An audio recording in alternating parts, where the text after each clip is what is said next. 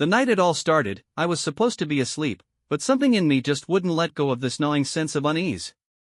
It wasn't the kind of thing I could put into words, not exactly. It wasn't like Emily had come home smelling like cologne that wasn't mine or that she had lipstick stains on her collar like some bad soap opera. No, this was different, something far subtler, the kind of thing a husband picks up on after years of knowing every little detail about his wife without even trying.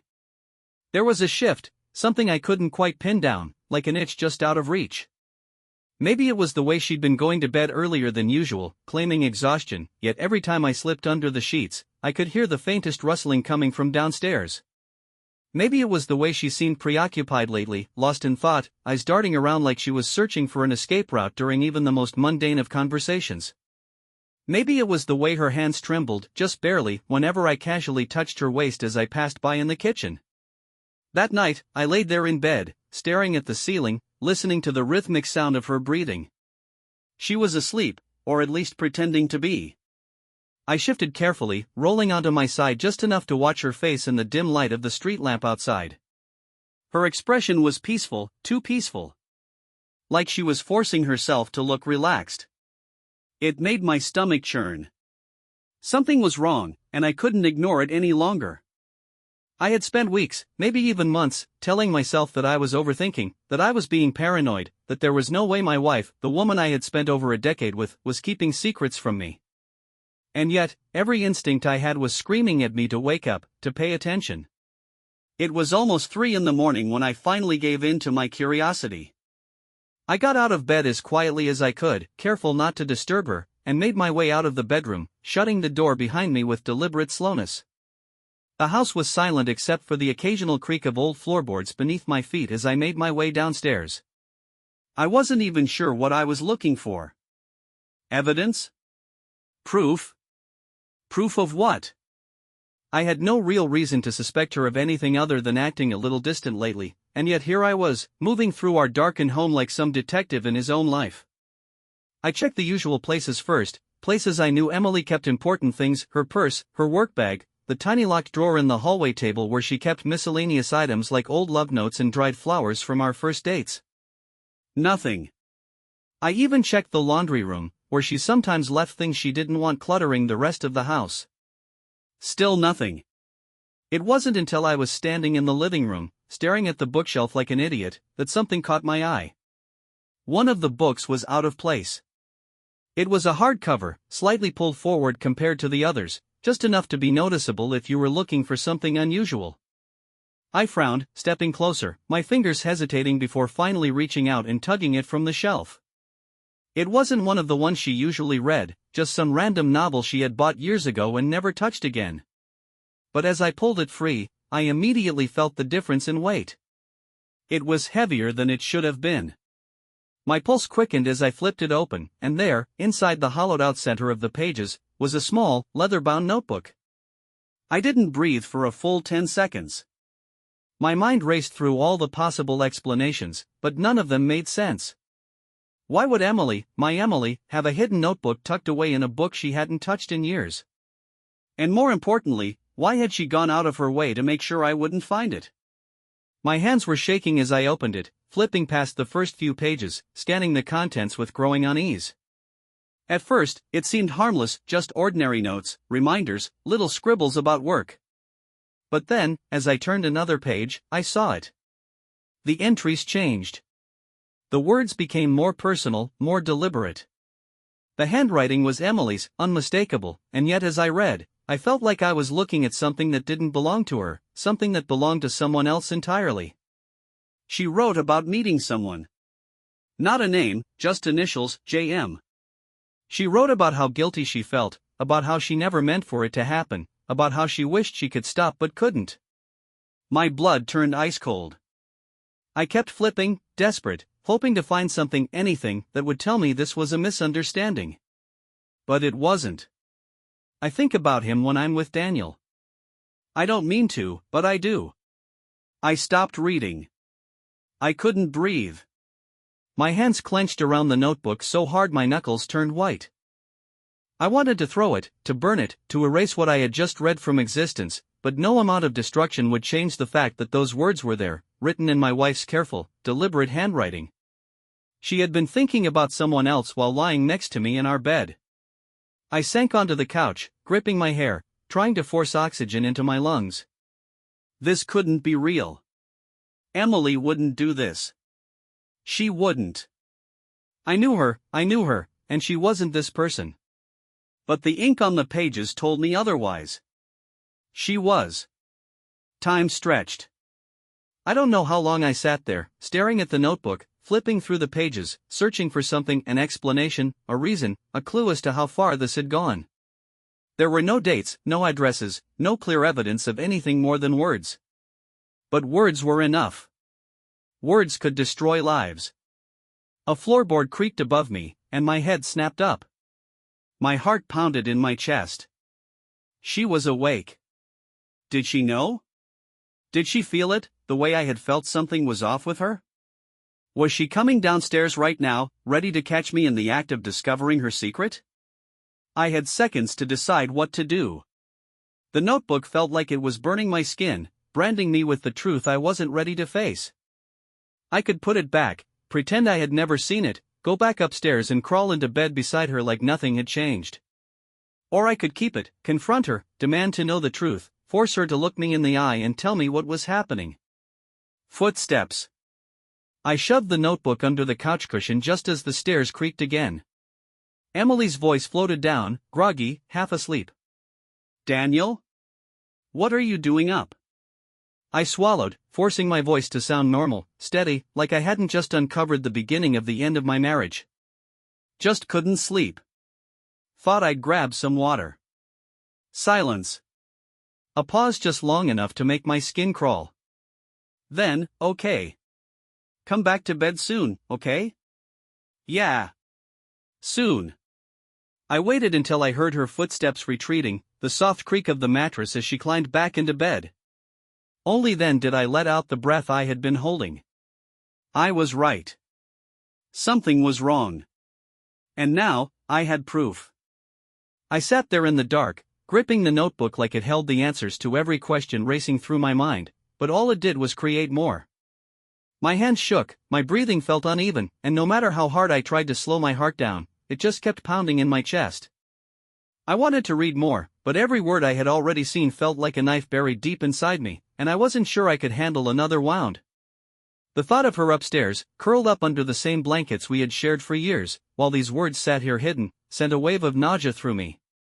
I forced myself to stop, shoved the notebook deeper under the couch cushion, and tried to breathe through the anger clawing at my throat. I had a choice to make, but my mind was too clouded to think clearly. Confront her now? Demand answers before she had time to come up with a lie? Or wait, gather more information, make sure I knew exactly what I was dealing with before I let her see the damage she had done? My instincts screamed at me to wake her up, shove the notebook in her face, and watch her scramble for an excuse, but something held me back. If she had been hiding this, she was careful. She wouldn't have left any obvious proof lying around if she wasn't absolutely sure I wouldn't find it. That meant she was either arrogant enough to think I would never look or she was planning something bigger. I stood up slowly, making sure to leave everything exactly how I found it. I put the book back in place, adjusted the shelf slightly so it wouldn't look disturbed, and took one last look around the living room before heading upstairs. The moment I opened the bedroom door, I saw her, lying on her side, one arm stretched out across my side of the bed. Her breathing was steady, her face peaceful in the dim light, and for a second, I almost let myself believe I had imagined everything. But I couldn't unsee the words. I couldn't unfeel the weight of them pressing down on my chest. I climbed into bed carefully, trying not to let my emotions show in my movements. I didn't know if she was really asleep or just pretending, but when I turned onto my side and faced away from her, her touch burned, not because it was warm, but because I didn't know if it was real anymore. Was this guilt? Was this her way of making up for whatever she had done? Or was it just routine, something she did without thinking because that was what a wife was supposed to do? I clenched my jaw, forced my body to stay still, and waited for sleep to take me, but it never came. Hours passed, the sky outside started to lighten, and still, I lay there, staring at the wall, listening to the rhythmic sound of her breathing. When her alarm finally went off, she stirred beside me, stretching, pressing a lazy kiss to my shoulder like she had 1,000 times before. "Morning," she murmured, voice thick with sleep. I swallowed hard, forcing myself to sound normal. "Morning." She rolled away, reaching for her phone, scrolling through whatever messages had come in overnight. My stomach tightened, watching her, knowing there was something in that device she didn't want me to see. But I couldn't grab it, couldn't demand to know what she was hiding. Not yet. She sighed, tossing the phone onto the nightstand before sitting up and running a hand through her hair. "I have a long day ahead. Meetings, reports, all the usual nonsense." I nodded, swinging my legs over the side of the bed, keeping my expression neutral. "Yeah, me too." She got up, stretched, and walked toward the bathroom. I watched her go, watched the way she moved like nothing had changed, like she wasn't hiding something that could shatter everything we had built together. The second she closed the door, I reached for her phone, but the screen was locked, and I didn't have her passcode. She had changed it at some point, something she had never done before. My jaw tightened, and I set it back down just as the water started running.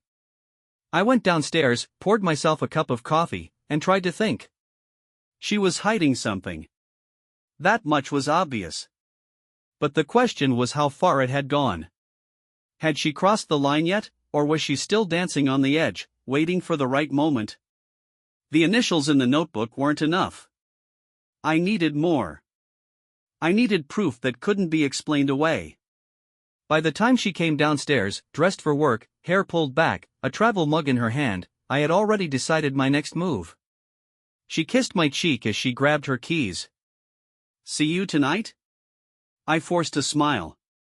"Yeah." She hesitated for a fraction of a second, like she was waiting for something, but when I didn't give her anything, she smiled and headed for the door. The second it shut behind her, I exhaled, setting my coffee down before grabbing my own keys. I wasn't going to sit around and wait for her to slip up.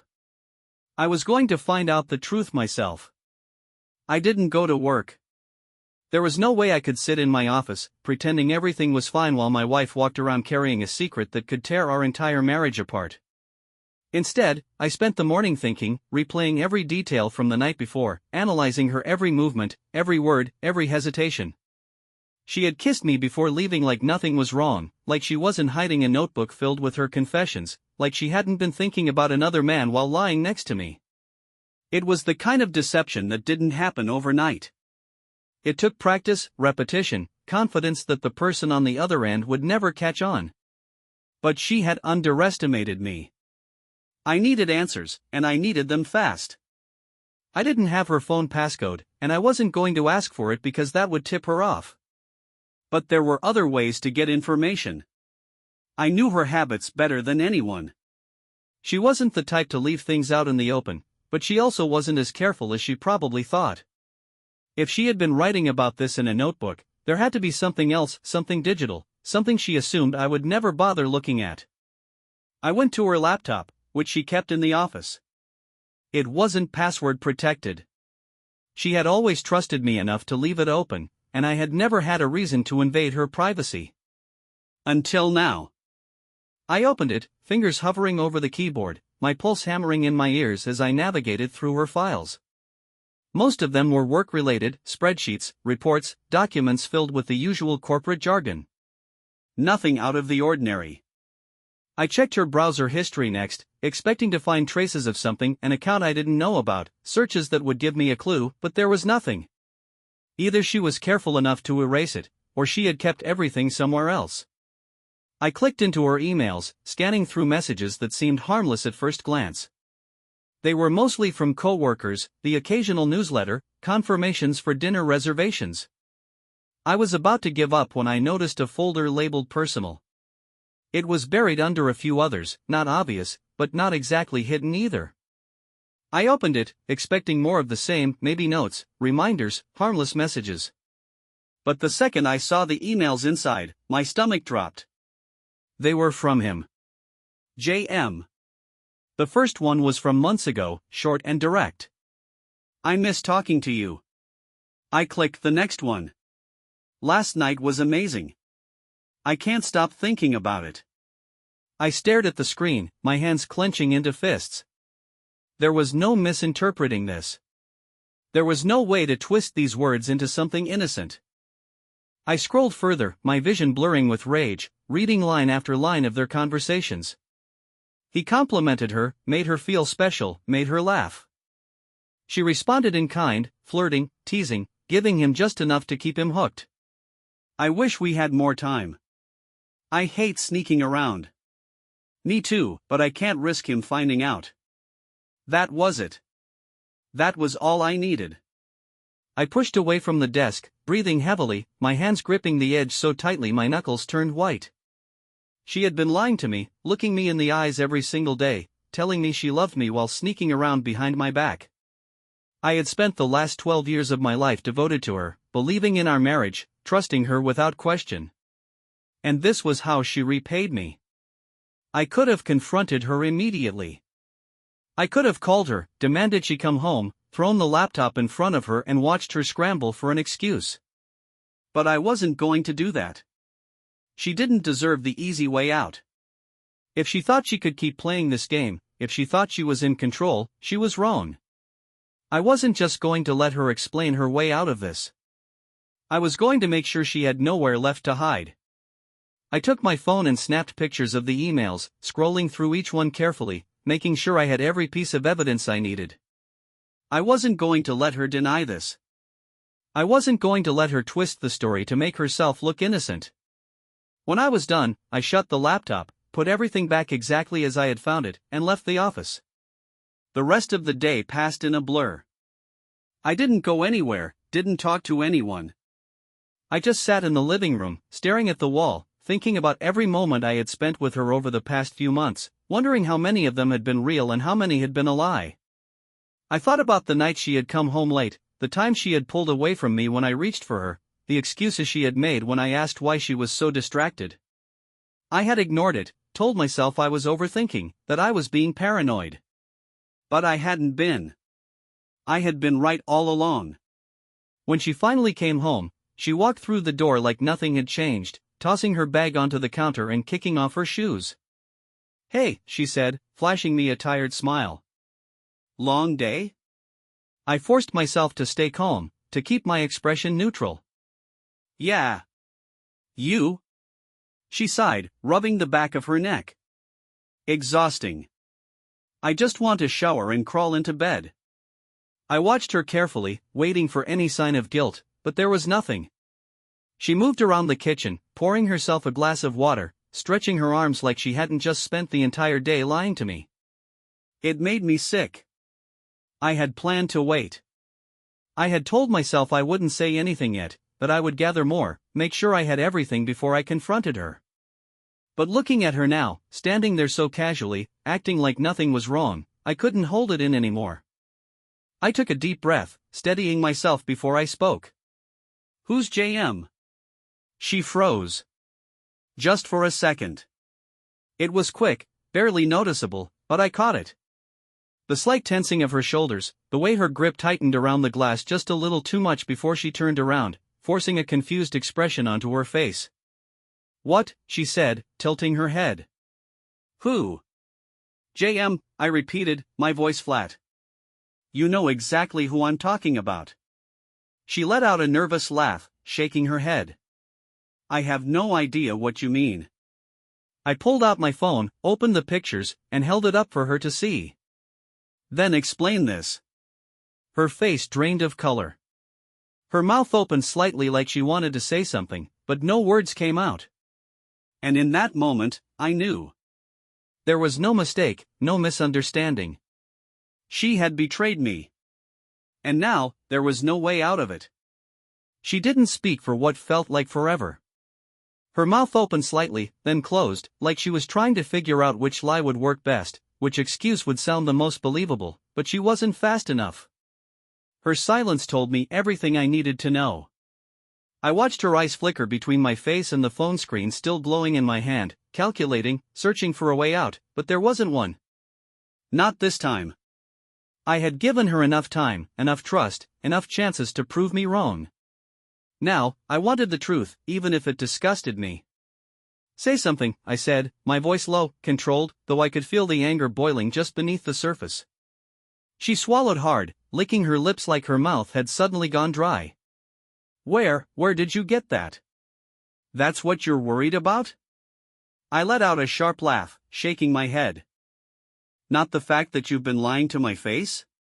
Not the fact that you've been sneaking around behind my back? You want to know how I found out instead of explaining why I had to find out this way? Her breathing picked up, her hands gripping the edge of the kitchen counter so tightly her knuckles turned white. It's not. She stopped herself, eyes darting around the room like she was trying to escape the conversation before it even began. It's not what you think. Then tell me what it is, I told back, stepping closer, refusing to give her an inch to maneuver her way out of this. Because what I think is that my wife has been talking to another man behind my back, telling him she wishes she had more time with him, telling him she hates sneaking around, telling him things I haven't heard from her in months. So please, enlighten me. Tell me what I'm getting wrong. She let out a shaky breath, her fingers gripping the counter even tighter. It was just talking, Daniel. That's all. I swear. I stared at her, trying to decide if she really thought I was stupid enough to believe that. Just talking? I repeated, keeping my voice even. You expect me to believe that after reading those emails? She nodded quickly, too quickly. Yes. I know how it looks, but it wasn't physical, I swear to you. I clenched my jaw, my grip tightening around the phone. Then why were you hiding it? She hesitated. Why did you feel the need to delete messages? Why did you feel the need to lie to me every single day if it was nothing? If it was just talking? She sucked in a breath, eyes glistening with something that might have been guilt, might have been fear, or maybe just frustration that she had been caught. I didn't mean for it to happen, she whispered, shaking her head. I never meant for any of this to happen. But it did, I snapped, taking another step forward, my heart pounding so hard I could feel it in my throat. You made a choice. You let it happen. And you kept choosing it every single day while I sat here like an idiot thinking everything was fine. Tears welled up in her eyes, but I didn't care. Not now. Not after what she had done. I love you, Daniel. Her voice cracked, her lip trembling. I swear to God, I love you. Don't, I said, shaking my head. Don't stand there and say that to me like it still means something. You don't get to use that word to make yourself feel better. She pressed her hands to her face, breathing heavily, her shoulders shaking. I don't know how it got this far. I was lonely. I felt like we were drifting apart, and he listened. He made me feel like I mattered again. I felt my stomach turn. So I didn't make you feel like you mattered? She dropped her hands, eyes wide, desperate. That's not what I meant. It's exactly what you meant. You could have talked to me, Emily. You could have told me how you felt. But instead, you decided to go to him. She let out a broken sob, shaking her head. I didn't sleep with him. That doesn't make it better. I took a step back, staring at her like she was a stranger, someone I didn't recognize anymore. You think the fact that you didn't cross that final line erases everything else? You think that makes this okay? No, she whispered, wiping her face, her hands trembling. I know it doesn't. I exhaled sharply, forcing myself to stay in control, to keep my voice steady even though every inch of me was screaming. So tell me the truth. How long has this been going on? Her gaze dropped to the floor. A few months. How many? 5, she admitted, barely above a whisper. I let that sink in, let the weight of it settle into my chest. 5 months. 5 months of lying, of sneaking around, of keeping this from me. I had spent those 5 months loving a woman who had already checked out of our marriage. I turned away, running a hand through my hair, trying to stop my thoughts from spiraling. I need space, I muttered, moving toward the door. She rushed forward, grabbing my arm. Please, Daniel. Please don't walk away. Let's talk about this. I pulled away from her touch like it burned. Talk about what? You made your choice, Emily. And now, I have to make mine. She covered her mouth with both hands, eyes filling with fresh tears, but I didn't care. I had spent too long believing in something that wasn't real, and now that I knew the truth, I wasn't sure if there was anything left to save. I walked out of the house and into the cold night air, but it didn't do anything to calm me down. My hands were shaking, my chest felt tight, and no matter how many deep breaths I took, the rage inside me wouldn't settle. 5 months. 5 months of my wife lying to me, sneaking around, making a fool out of me while I was too blind to see it. She had looked me in the eye, kissed me, laughed with me, laid in my bed, all while carrying on with someone else behind my back. She thought that just because it wasn't physical, it wasn't real. But it was real enough for her to hide it, to lie, to delete messages and keep a damn notebook about it. That was enough proof that she knew what she was doing was wrong, but she did it anyway. I paced down the driveway, rubbing my hands over my face, trying to figure out what to do next. I could hear her behind me, standing in the doorway, probably trying to decide if she should follow me or let me go. She should have chosen the second option. The sound of her hesitant footsteps coming down the steps made my entire body tense. "Daniel, please don't just leave like this." Her voice was soft, shaky, but I wasn't interested in hearing whatever excuse she was about to come up with next. I turned around so fast she actually flinched. "What do you want me to do, Emily? Sit down and have a deep conversation about your emotional affair? Let you tell me how sorry you are while you figure out how to justify what you did?" Tears were still streaming down her face, but I didn't care. "I don't want to justify it. I just want to explain." I let out a sharp, humorless laugh, shaking my head. "Explain? I think I understand perfectly. You were unhappy, so instead of coming to me, you found someone else to fill the space. You told yourself it wasn't cheating because you didn't sleep with him, but you made sure to erase everything just in case I ever looked. So tell me, Emily, what exactly do you need to explain?" She opened her mouth, but nothing came out. She had nothing because she knew I was right. If it was really nothing, she wouldn't have felt the need to hide it. If it was really nothing, she wouldn't have needed to lie. I stared at her, waiting for her to say something, anything that would make me believe she was even a fraction of the woman I thought she was. But all I saw was someone who had made a decision and now regretted getting caught. "I never wanted to hurt you," she whispered. I felt something snap inside me. I stepped closer, voice low and steady. "But you did. And you knew you would. You knew exactly what would happen if I found out, and you did it anyway. That's the part one can't understand. How do you do something like this to someone you claim to love?" Her bottom lip trembled as she wiped at her face. "I don't have an answer for that." I stared at her, trying to remember the last time I had looked at her and felt anything but anger. I couldn't. Whatever love I had for her had been buried the moment I found that notebook. I had spent years building a life with someone who clearly wasn't the person I thought she was, and now I had to figure out what came next. The idea of staying with her, of pretending that things could ever go back to normal, made me sick. She had broken something in me that couldn't be fixed. "I need you to pack a bag," I said, my voice flat. She blinked. "What?" "I don't care where you go, but you're not staying here tonight." "I can't even look at you right now." Panic flashed across her face as she took a shaky step forward. "Daniel, please." "No," I cut her off. "You made your choice, now I'm making mine. I need space, and I don't want you in this house right now. So either you leave willingly, or I will drag every single one of your things onto the front lawn and lock the door behind you." She sobbed, covering her mouth with both hands. "This is our home." "Not anymore." I saw the moment she realized I wasn't going to change my mind. Her shoulders slumped, her entire body trembling as she turned and walked back inside. I followed, standing in the doorway, watching as she dragged herself up the stairs. A few minutes later, she came back down with a small duffel bag, her eyes red, her entire face twisted with misery. "Where am I supposed to go?" she whispered. I shrugged, unmoved by her pain. "That's not my problem." She stared at me for a long time like she was hoping I would change my mind, but I didn't. Finally, she nodded, stepping past me, pausing only for a second at the door. "I do love you, Daniel," she said quietly. "No matter what you think, that was never a lie." I didn't say anything.